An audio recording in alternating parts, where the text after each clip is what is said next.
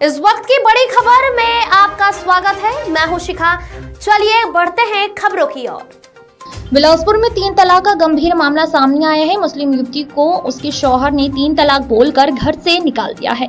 आरोप है कि शौहर लगातार युवती को दहेज के लिए प्रताड़ित कर रहा था। इसके लिए उसे शारीरिक और मानसिक रूप से परेशान किया जा रहा था। डिमांड पूरी नहीं होने के बाद में 3 तलाक बोलकर उसे घर से बेघर कर दिया गया। पीड़िता ने मामले की शिकायत थाने में दर्ज कराई है। पुलिस ने पीड़िता के शौहर सहित अन्य के खिलाफ मुस्लिम महिला विवाह अधिकार संरक्षण एक्ट, दहेज प्रताड़ना और अन्य धाराओं के तहत केस दर्ज कर लिया है।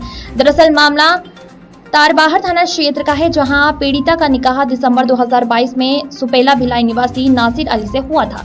पीड़िता के परिजनों ने तब दहेज के रूप में नासिर के परिवार का हर डिमांड पूरा किया, लेकिन निकाह के 10-15 दिन बाद ही उसे प्रताड़ित किया जाने लगा। पति नासिर और सास उसे कम दहेज लाने, दहेज में बाइक लाने और चारित्रिक का आरोप लगाकर प्रताड़ित करने लगे। इस बीच ससुराल में अनबन को लेकर पीड़िता ने परिवार वालों ने नासिर और उसके परिजनों को समझाने की कोशिश की। इस बीच सामाजिक जमात का बैठक भी हुआ, लेकिन उसके बावजूद शौहर नासिर और सास पीड़िता को प्रताड़ित करते रहे। पति और ससुराल वालों की प्रताड़ना के बाद पीड़िता सब कुछ झेलकर रिश्ते को बचाने में लगी रही, लेकिन कुछ ठीक नहीं रहने के बाद फिर उसने पीड़िता को प्रताड़ित करना शुरू कर दिया।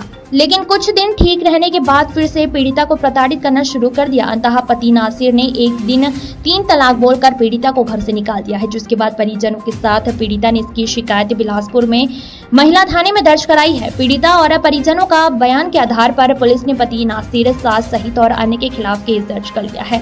मामले में मुस्लिम महिला विवाह अधिकार संरक्षण एक्ट 2019, दहेज प्रताड़ना और अन्य धाराओं के तहत केस दर्ज किया गया है।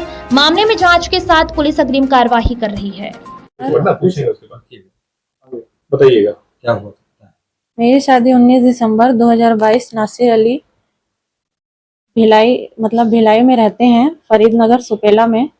उनके साथ शादी हुई थी। शादी के 10 दिन बाद ही वो और उनकी मम्मी और उनके घर वालों ने बहुत मेंटली टॉर्चर, परेशान करना शुरू कर दिया और दहेज वहेज की मांग भी गए। उसके हिसाब से हमने अपनी पूरा सारे दहेज दिए, हर एक चीज़, गाड़ी, बुलेट, सामान, हर एक चीज़, छोटी छोटी चीज़ें।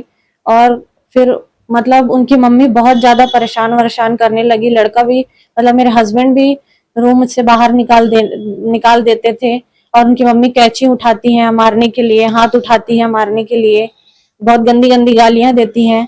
तो उसके बाद फिर 2023 में 3 महीने के लिए वो लोग खुद मेरे को छोड़ दिए। उसके बाद फिर वो घर बुलाए नहीं अपने, फिर हमारी तरफ से ही फोन गई, तो फिर जैसे तैसे लेने आए।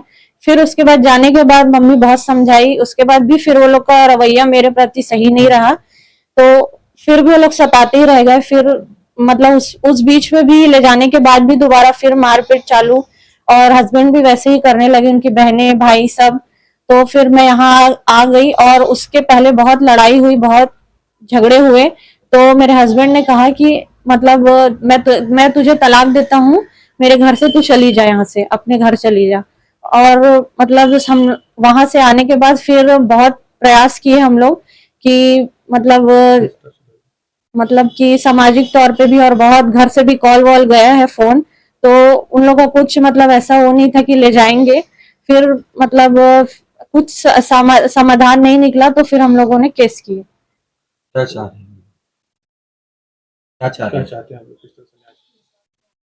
इंसाफ मिले, न्याय मिले, कार्रवाई होना चाहिए। हाँ, कड़ी कार्रवाई होनी चाहिए उनके और उनके परिवार वालों के खिलाफ। क्या गंभीर अपराध इसमें हो सकता है? महिला थाने में एक रिपोर्ट प्राप्त हुई थी, जिसमें प्रार्थिया ने रिपोर्ट किया कि मुस्लिम परिवार से है महिला और उसको दहेज के लिए उसके ससुराल वाले प्रताड़ित करते थे, दहेज में मोटरसाइकिल इत्यादि की मांग करते थे और शारीरिक मानसिक प्रताड़ना की जाती थी, तथा उसको 3 तलाक बोल करके भी उसको घर से निकाल दिया गया। महिला थाने में रिपोर्ट आने पर उसमें काउंसलिंग की गई और अपराध के तत्व पाए जाने से उसमें बीएनएस की धारा 85, 296, 115, 351, 35 के तहत हमने अपराध पंजीबद्ध किया है महिला के पति और सास के विरुद्ध।